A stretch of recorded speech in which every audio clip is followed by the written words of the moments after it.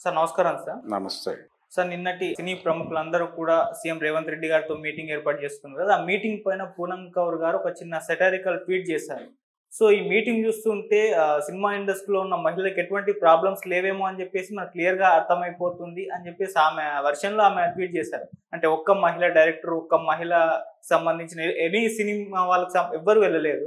అలాగే ఇంకోటేంటంటే సార్ ఇప్పుడు సినిమా ఇండస్ట్రీకి ఈ ప్రీమియర్స్, ఈ బెనిఫిట్ షోలు లేకుంటే టికెట్ రేట్స్ హైక్ వీటికి సంబంధించిన మీటింగ్స్ సీఎంలతో ఎక్కువ జరగడం మనం చూస్తున్నాం. అంటే ఇవి తప్పితే సినిమా ఇండస్ట్రీకి ఇంకెటువంటి ప్రాబ్లమ్స్ లేవా అనే ఒక చర్చ కూడా జరుగుతుంది సార్. మరి వీటిపైన మీ ఒపీనియన్ మీరేం చెప్తారు సార్? అంటే నిన్న మీటింగ్‌లో మహిళలు లేరు అనేది వాస్తవం. చాలామంది ఈ విషయాన్ని గమనించారు. అనేక టీవీ డిస్కషన్స్‌లో కూడా వచ్చింది ప్రస్తావన. ఓకే. అంటే అలాగే కోర్ గ్రూప్ వెళ్ళలేదు. ఎవరికైతే ఇష్యూస్ ఉన్నాయో దాదాపుగా వాళ్ళు మాత్రమే హాజరై ఆ ఇష్యూస్‌ని సార్ట్ ఔట్ చేసుకోవడానికి ముఖ్యమంత్రితో ఒక మీటింగ్‌ని ఫెసిలిటేట్ చేశాడు దిల్‌రాజు గారు. అంతే తప్ప ఇదేదో కొన్ని సినిమా పరిశ్రమకు సంబంధించిన సమస్యల్ని మాట్లాడటానికి ఒక డెలిగేషన్ లాగా వెళ్ళలేదు.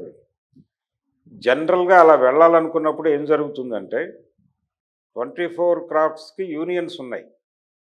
ఆ యూనియన్స్‌లో మీటింగులు జరిగి ఆ మీటింగుల నుంచి ఒక అవుట్కమ్ ఛాంబర్‌కి చేరి వీటన్నిటినీ క్రోడీకరించి అన్ని విభాగాల నుంచి ప్రతినిధుల్ని తీసుకుని ఏం మాట్లాడాలి, ఏ పాయింట్ మీద ఎక్కడి వరకు వెళ్ళాలి, ఇచ్చిపుచ్చుకునే ధోరణిలో వెళ్ళాలనుకుంటే ఏవి వదిలేయాలి, ఏ అంశాల మీద పట్టుబట్టాలి అనేది క్షుణ్ణంగా ఒక డిస్కషన్ జరిగి ఒక మెమోరాండం తయారు చేసుకుని అప్పుడు వెడతారు. వెళ్ళినప్పుడు ఆ చర్చ జరుగుతుంది. ఇప్పుడు గతంలో స్లాబ్ సిస్టమ్ పెట్టాడు ఎన్టీ రామారావు గారు. ఆ స్లాబ్ సిస్టమ్ తీసేయమని అనేక సార్లు వెళ్ళారు. కేటగారికల్గా వీళ్ళు ఏ అంశాలు సినిమా పరిశ్రమకు ఇబ్బంది పెడుతున్నాయి స్లాబ్ వలన అనేది క్లియర్ కట్గా అన్ని విభాగాలకు సంబంధించి ప్రతినిధులను తీసుకుని వెళ్ళేవారు. దాసనారాయణరావు గారు ప్రధానంగా ఆ ప్రతినిధి బృందాన్ని లీడ్ చేసేవాడు ఆ రోజుల్లో ఆయన. అది జరుగుతుంది, అలా జరగాలి యాక్చువల్గా. కానీ నిన్నటి మీటింగ్ అలా జరగల. ఇది కేవలం కన్ఫెషన్ ప్రోగ్రామే, నేర అంగీకార సమావేశం మాత్రమే జరిగింది. అందుకనే చాలామంది ఇండస్ట్రీ ముఖ్యమంత్రి ముందు తలదించుకునే పరిస్థితి కల్పించారు పుష్ప గారు అని చెప్పి వాపోయింది. ఇండస్ట్రీలో చాలామందిలో ఆ బాధ పెయిన్ కనిపించింది నిన్నటి సమావేశానంతరం. అలాగే అందుకని అన్ని విభాగాలని పిలవలేదు. అందులో భాగంగానే మహిళల్ని కూడా ఎవరిని తీసుకెళ్ళలేదు. అంతకు మించి ప్రాధాన్యత లేదు. పోతే రెండో ప్రశ్న ఏంటంటే, ఇటీవల కాలంలో సినిమా ప్రముఖులు ఎప్పుడు ప్రభుత్వాలను కలిసినా కానీ టికెట్ల రేట్లు పెంపు గురించి మాత్రమే మాట్లాడుతున్నారు.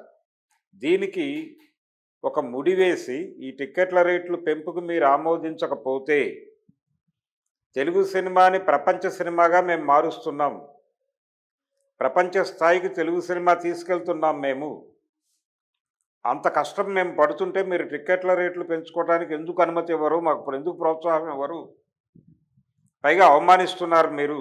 నిజానికి మొన్న ముఖ్యమంత్రి గారు అసెంబ్లీలో మాట్లాడిన తర్వాత దాన్ని రియాక్ట్ అవుతూ అల్లు అర్జున్ గారు ఒక ప్రెస్ మీట్ పెట్టాడు ఆయన ఇంట్లో. ఆయన ఇంట్లో పెట్టినటువంటి ప్రెస్ మీట్లో కూడా ఇది ఒక బ్లాక్ మెయిలింగ్ ప్రోగ్రాంలో భాగంగా అన్నాడు ఆ మాట. ఒక పక్కన మేము తెలుగు సినిమా స్థాయిని ప్రపంచ స్థాయికి పెంచుతుంటే సత్కరించాల్సింది పోయి ఇలా చేస్తారా అనే మాట కూడా దొర్లింది. వారు అన్నారు, వారి తండ్రి గారు కూడా అన్నారు ఆ మాట, అల్లు అరవింద్ గారు కూడా అన్నారు ఆ మాట. అంటే మేము తెలుగు సినిమాని ఆ రేంజ్కి తీసుకెళ్తుంటే కనీసం టికెట్ 10,000కి అమ్ముకునే అవకాశం మాకు కల్పించరా మీరు అన్నట్టుగా తయారైంది పరిస్థితి. అంటే ఏంటి, టికెట్ల రేట్లు ఆ రేటుకి అమ్ముకుంటే తప్ప మా బడ్జెట్లు వర్కౌట్ అవ్వవు అనేదే వీళ్ళ ఉద్దేశం. అందుకోసం కాదు కదా మీరు పాన్ ఇండియా సినిమాలు లేకపోతే వరల్డ్ సినిమాలు తీస్తోంది. మీరు హెవీ బడ్జెట్ పెడుతున్నారు. ఈ హెవీ బడ్జెట్ వర్కౌట్ చేసుకోవడానికి మార్కెట్ విస్తరిస్తాం. ఇంకేమిటి, మీకు టికెట్లు పెంచుకోవడానికి ఎందుకు అనుమతినివ్వాలి ప్రభుత్వాలు? మీరు లిమిటెడ్ ఏరియా అన్నప్పుడు, ఒకప్పుడు ఎన్టీ రామారావు గారి రోజుల్లో మార్కెట్ ఇక్కడ వరకే ఉండేది. దేశోద్ధారకుడు సినిమాకి ముందు ఆయన సినిమాలన్నీ వాంటెడ్గా బ్లాక్ అండ్ వైట్లోనే తీసేవాళ్ళు. ఎందుకు తీసేవాళ్ళు? దేశోద్ధారకుల సినిమా కూడా ఆయన కలర్లో తీస్తానంటే విశ్వేశ్వరరావు ప్రొడ్యూసర్ ఈయన పిలిచి కోపడ్డాడు. పిచ్చె కింద ఎందుకు కలర్లో తీస్తున్నావు, అనవసరంగా ఖర్చు, కోటా సిస్టమ్ అప్పుడు. కోటా సిస్టమ్ లేకపోతే బ్లాక్లో ఫిలిం కొనాలి. బ్లాక్లో ఫిలిం కొనేందుకు సినిమా చేయాలి, నువ్వు అనవసరంగా వదిలేయి అన్నాడు ఆయన. లేదు నా వ్యూహం వేరే ఉంది, మీరు మాట్లాడకండి అని చెప్పి తీసాడు సినిమా. వర్కౌట్ అయింది. ఆయన ఉద్దేశం ఏంటంటే ప్రపంచవ్యాప్తంగా తెలుగు వాళ్ళు ఎక్కడుంటే అక్కడ సినిమా వేయాలనుకున్నాడు. అందుకోసం కలర్లో తీశాడు.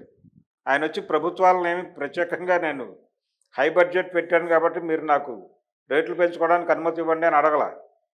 మార్కెట్ విస్తరిస్తున్నాను కాబట్టి ఎక్స్పాండ్ అవుతున్నటువంటి మార్కెట్ని గ్రాబ్ చేయటానికి క్వాలిటీ పెంచాలి. భారీ సెట్స్ వేశారు ఆ సినిమాకి. అది కూడా ఎన్టీఆర్ కోప్పడ్డాడు, ఎందుకు అంత ఖర్చు పెట్టి సెట్లు వేస్తున్నారు, బాంబే నుంచి టైలర్లను తెచ్చి బట్టలు కుట్టించారు, అది కూడా కోప్పడ్డాడు ఆయన. ఇవి అసలు మీరు ప్రొడక్షన్లో పట్టించుకోకండి, ఇది వేరే వ్యూహంతో చేస్తున్న సినిమా అని చెప్పి ఇంటికి వెళ్ళి మాట్లాడొచ్చాడు విశ్వేశ్వరరావు గారు. వర్కౌట్ అయింది. ఆయన ఒక వ్యూహం అనుకున్నాడు, ఆ రేంజ్లో సినిమా తీశాడు, ఆ రేంజ్లో వర్కౌట్ అయిపోయింది ఆయనకి.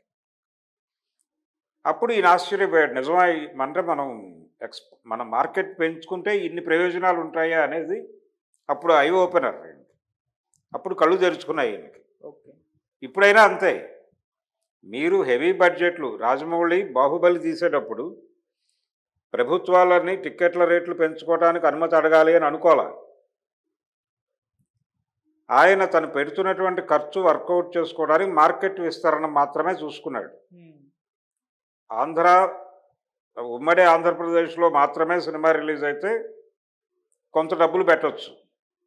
మొత్తం దేశవ్యాప్తంగా సినిమా రిలీజ్ అయ్యేటప్పుడు బడ్జెట్ పెరుగుతుంది. ఆ లెవెల్ బడ్జెట్ పెడితే తప్ప గ్రాబ్ చేయలేరు. హిందీ సినిమాలు ఎందుకు క్వాలిటీగా ఉండేవి తెలుగు సినిమాల కంటే? ఒకప్పుడు వాళ్ళది నేషనల్ మార్కెట్ కాబట్టి వాళ్ళు డబ్బులు పెట్టేవాళ్ళు. ఇప్పుడు ఎంజీఆర్, ఎన్టీఆర్ పెద్ద హీరోలుగా ఉన్నప్పుడు వీళ్ళకంటే బాలీవుడ్ వాళ్ళకి పెద్ద రెమ్యూనరేషన్లు ఉండేవి. వీళ్ళు 7 లక్షలు తీసుకుని వాళ్ళు 25 లక్షలు తీసుకునేవాళ్ళు ఆ రోజుల్లో. ఎందుకు తీసుకునేవాళ్ళు? ఆ టైంలో కూడా ఇండియా టుడే లాంటి పత్రికలు రాసినాయి, వీళ్ళు ఒక స్ట్రైట్ బిజినెస్ వీళ్ళది, ఇక్కడ వరకే వీళ్ళు 7 లక్షలు తీసేసుకుంటున్నారు, నేషనల్ మార్కెట్కి ఎంత తీసుకోవాలి, వీళ్ళే వెళ్తే వాళ్ళు 25 తీసుకుంటున్నారు అని రాశారు. కాబట్టి లిమిటెడ్ ఏరియా అన్నప్పుడు లిమిటెడ్ బిజినెస్, లిమిటెడ్ బడ్జెట్ ఉంటుంది. మీరు నేషనల్ లెవెల్కి వెళ్ళేటప్పుడు బడ్జెట్లు పెరుగుతాయి, మీ మార్కెట్ కూడా పెరుగుతుంది, అక్కడి నుంచి రిటర్న్స్ వస్తాయి. ప్రభుత్వాలు టికెట్ల రేట్లు పెంచో, బెనిఫిట్ షోస్ వేసుకుని మీకు డబ్బులు ఇప్పించవు. కానీ దానికోసమే అడుగుతున్నారు వీళ్ళు. అలాగే దీన్ని ఇండస్ట్రీ సమస్యగా మారుస్తున్నారు. ఇండస్ట్రీ సమస్య అంటే టికెట్ల రేట్లు పెంచుకోవటమే. థియేటర్ ఆడియన్ ఫ్రెండ్లీగా ఉండటం లేదు అనే ఒక విమర్శ ఉంది. దీని నుంచి థియేటర్ అనేది మోర్ ఎక్స్పెన్సివ్గా మారిపోతుంది.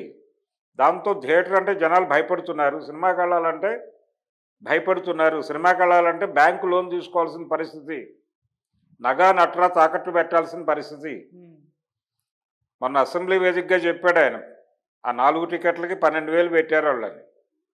యాక్చువల్గా వాళ్ళు ఉండేది ఎక్కడో దిల్సుఖ్ నగర్ దగ్గర. ఈ పిల్లవాడిని ఆ సినిమా చూపించాలనుకున్నారు. రెండోది వీళ్ళకి ఒక ఇన్ఫర్మేషన్ ఉంది, అల్లు అర్జున్ ఆ థియేటర్కి వస్తున్నాడు అని. ఆ పిల్లవాడిని అది రెచ్చగొట్టింది, అతన్ని చూడాలి అని. అందుకని వీళ్ళ అమ్మాయి మరణం వెనకాల ఈ స్టోరీ ఉంది. కాబట్టి ఈ టిక్కెట్ల రేట్ల పెంపు దీని గురించి ఎక్కువ హైరానా పడుతున్నారు. ఇది ఇండస్ట్రీ సమస్యగా మారుస్తున్నారు. కానీ థియేటర్లు ఆడియన్ ఫ్రెండ్లీగా ఉండటం లేదు, థియేటర్లు అంటే భయపడుతున్నారు జనాలు అనేది పట్టించుకుని, అంటే చిన్న సినిమాలకు వెళ్ళట్లేదు జనాలు వాంటెడ్గానే.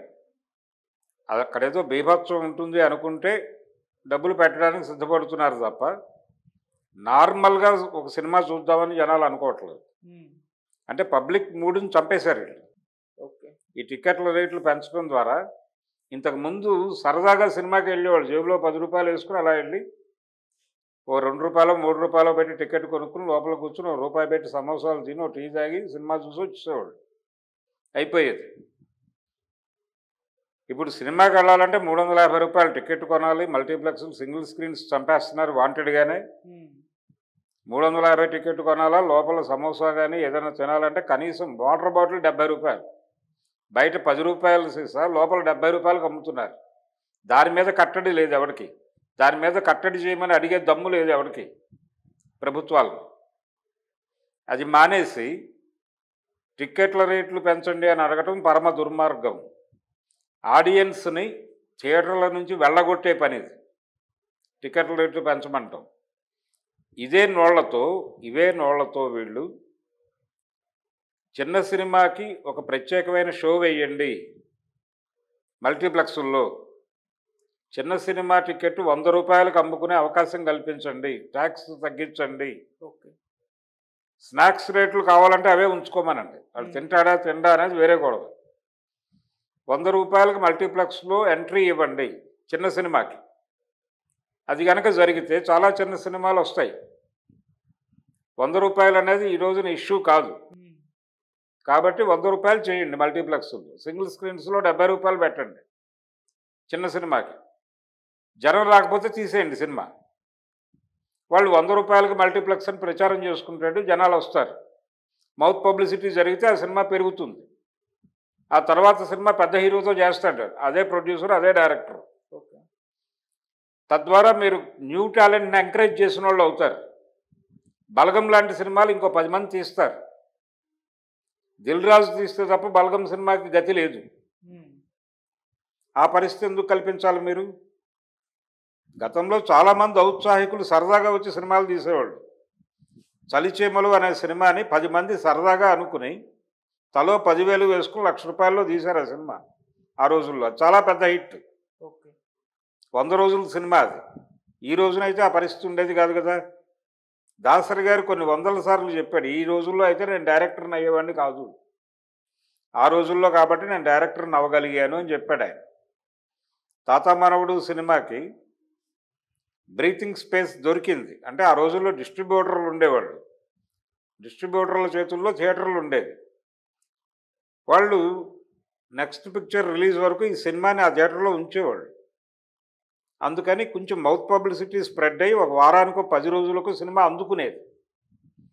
ముత్యాల ముగ్గు అలా అందుకున్న సినిమానే. సంపూర్ణ రామాయణం అలా అందుకున్న సినిమానే. రెండో రోజు జనం లేకపోతే తీసవతలు పాడేస్తే ఏమైపోయేవాళ్ళు వీళ్ళు? ముత్యాల ముగ్గు ఏమైపోయేది, శంకరాభరణం ఏమైపోయేది, తాతమ్మనోడు ఏమైపోయేది. Very first day, very second day, మూడో రోజు కూడా జనం లేరు శంకరాభరణానికి కూడా. 4వ రోజు నుంచి నెమ్మదిగా పికప్ అయ్యి అది 175 రోజులు 200 రోజులు ఆడింది. రెండో రోజు జనం లేకపోయేసరికి తక్కువ రేటుకి సినిమా హక్కులు అమ్మేసుకున్నారు వాళ్ళు, పూర్ణోదయ వాళ్ళు. ఎవరైతే కొనుక్కున్నారో 200 రోజులు ఆడింది అదే థియేటర్లో ఆ సినిమా. ఆ డబ్బులు ఎవరు తిన్నట్టు? ఇప్పుడు బాధపడుతున్నారు వాళ్ళు. ఆ రోజున మేము తొందరపడకుండా ఉంటే 1-2 రోజులు ఆగుంటే బాగుండేది.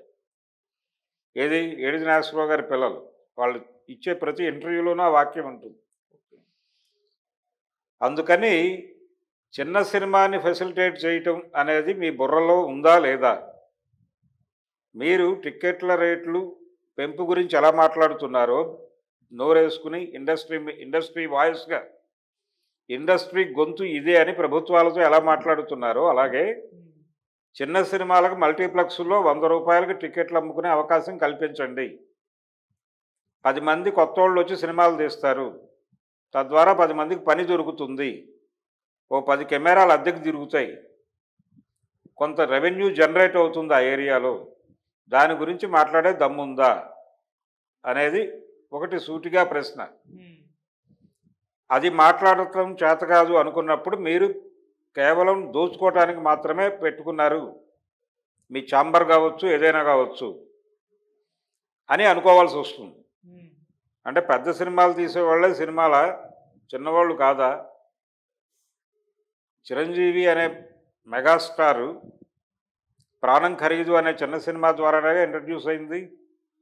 ఆ సినిమా ప్రొడ్యూసర్ పెద్దోడు కావచ్చు క్రాంతి గారు, కానీ ఆయన చేసింది చిన్న సినిమానే. వాంటెడ్గా చేశాడు, అది ఒక ప్రయోగం చేశాడు. బాలచందర్ తరహా సినిమా ఒకటి చేద్దామని ప్రాణం ఖరీదు అనే నాటకాన్ని కొని సినిమా తీశాడు. అందులో చిన్న క్యారెక్టర్ ఇచ్చాడు ఇతనికి, తద్వారా కదా రైజ్ అయింది.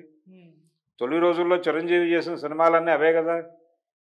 పురాదిరాళ్ళు ఆ సినిమాలో క్యారెక్టర్ ఏంటైంది, అక్కడి నుంచి పుట్టినవాడేగా ఆయన. ఎన్టీ రామారావు గారు పుట్టింది అక్కడి నుంచేగా, చిన్న క్యారెక్టర్ల నుంచే కదా. అక్కినేని నాగేశ్వరరావు పుట్టింది అక్కడి నుంచే కదా. కాబట్టి ఇండస్ట్రీ అంటే నోట్లో బంగారు చెంచా పెట్టుకున్న వాళ్ళు మాత్రమే కాదు.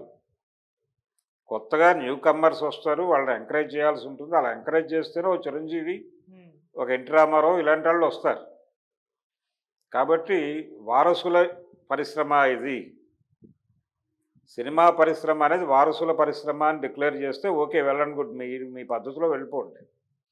ఇక్కడ 2 కుట్రలు జరుగుతున్నాయి. ఒకటి చిన్న సినిమాని చంపేసే కుట్ర, రెండోది థియేటర్ని ఆడియన్ ఫ్రెండ్లీగా ఉంచకుండా దాన్ని ఒక పెద్ద ఈవెంట్గా మార్చేసి, సినిమాకి వెళ్ళటం అనేది కూడా ఒక ఈవెంట్గా మార్చి పడేసి, మల్టీప్లెక్స్లకి మాత్రమే సినిమాని పరిమితం చేసి సింగిల్ స్క్రీన్స్ చంపేసి, సినిమా చూడాలనుకున్నవాడు ఫోన్లో యాప్ వేసుకుని చూసుకోండి అని వాళ్ళని ఓటీటీలకు తోసేస్తున్నారు. అంటే చిన్న సినిమాలని ఓటీటీలకు గెంటేస్తున్నారు. అలాగే 100 రూపాయల కంటే ఎఫర్ట్ చేయలేనటువంటి ఆడియన్స్ అందరినీ ఓటీటీలకు గెంటేస్తున్నారు. సినిమా ఆడియన్స్ రేంజ్ పెంచేసి 1000 రూపాయల పైన ఖర్చు పెట్టగలిగినోడే థియేటర్కి రండి అని చెప్తున్నారు. ఇది వివక్షే, ఇది ఖచ్చితంగా వివక్ష. దీని మీద ఒక పెద్ద డిస్కషన్ జరగవలసినటువంటి అవసరం ఉంది. ఇలా ట్వీట్లు చేయటం కాదు, పూనం కౌర్ గారు ట్వీట్ చేశారు, మరొకరు ట్వీట్ చేశారు కాదు.